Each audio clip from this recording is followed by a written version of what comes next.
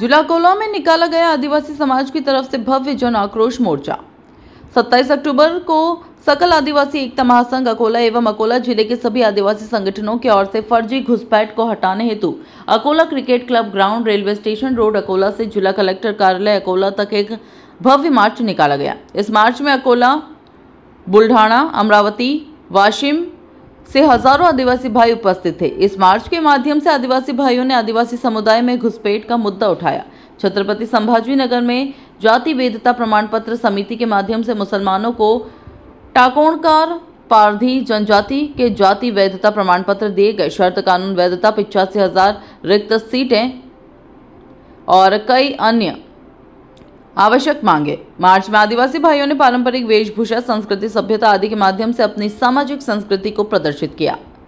महादेव भीमराव दबेराव ने टाकोणकर पारधी समुदाय के सांस्कृतिक वाद्य यंत्र घुंगसे को बजाकर संगीत संस्कृति की झलक प्रस्तुत की, जबकि श्री दिगंबर सोलंकी ने आदिवासियों की विभिन्न समस्याओं पर अपनी भावनाएं व्यक्त की।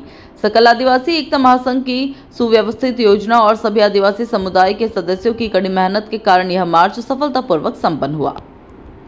आइए देखिए खबर विस्तार से। भारत संवाद के लिए संजय दास की खास रिपोर्ट। आप देख रहे हैं भारत संवाद न्यूज, सच और सटीक खबर। आज हम आए हुए जिला अकोला के अंदर। यहाँ बहुसंख्यक में आदिवासी समाज जमे हुआ है और आदिवासी का सकल मोर्चा है। और जो इन्होंने है यहाँ पे जो आदिवासी को जो पारंपरिक वाद्य है वो ये बजा रहे हैं और उसका प्रदर्शन कर रहे हैं। आइए देखते हैं।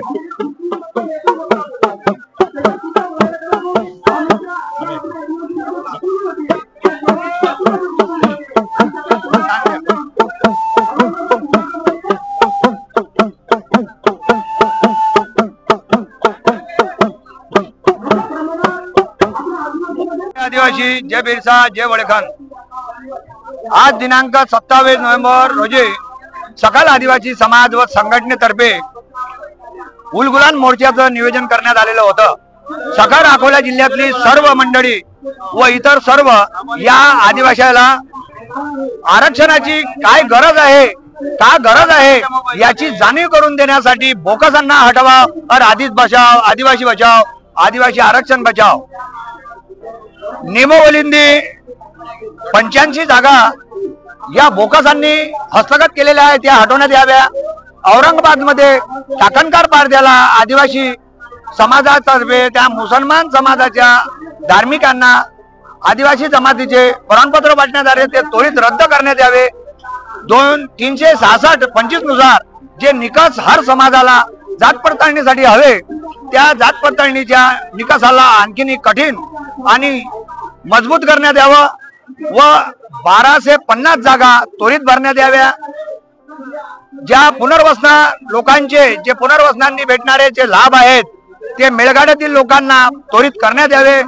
असंख्य असे मान्य आमच्या आदिवासींच्या घुसखोरीसाठी जे निघालेले महाराष्ट्रात काही बोकसांनी मोर्चे काढून आदिवासींनी घुसखोरीचा प्रयत्न केला आणि राजकारणी आणि शासन त्याला खूप पाठबळ देण्याचा प्रयत्न केलेला आहे। तरी आमची शासनाला विनंती आहे की कोणत्याही समाजाला आदिवासीत आरक्षण देण्यात येऊ नये। या प्रतिरोध साठी आम्ही सर्व आदिवासी सकल आदिवासी बांधव इथं मोर्चा काढलेला आहे। यापुढे कोणत्याही पद्धतीचा आदिवासीच्या आरक्षणात ढळढळ करण्याचा प्रयत्न केला तर सगळ आदिवासी हा विधानसभेवर धडकल्याशिवाय राहणार नाही, यांनी शासनाने नोंद घ्यावी आणि इतरही कोणत्याही पद्धतीने आदिवासीचे नुकसान होऊ नये यासाठी आज आम्ही शासनाला निवेदन करतो की आमच्या संपूर्ण मागण्या या त्वरित पूर्ण करण्यात याव्या। एवढं बोलून माझे दोन शब्द। जय वडेखान।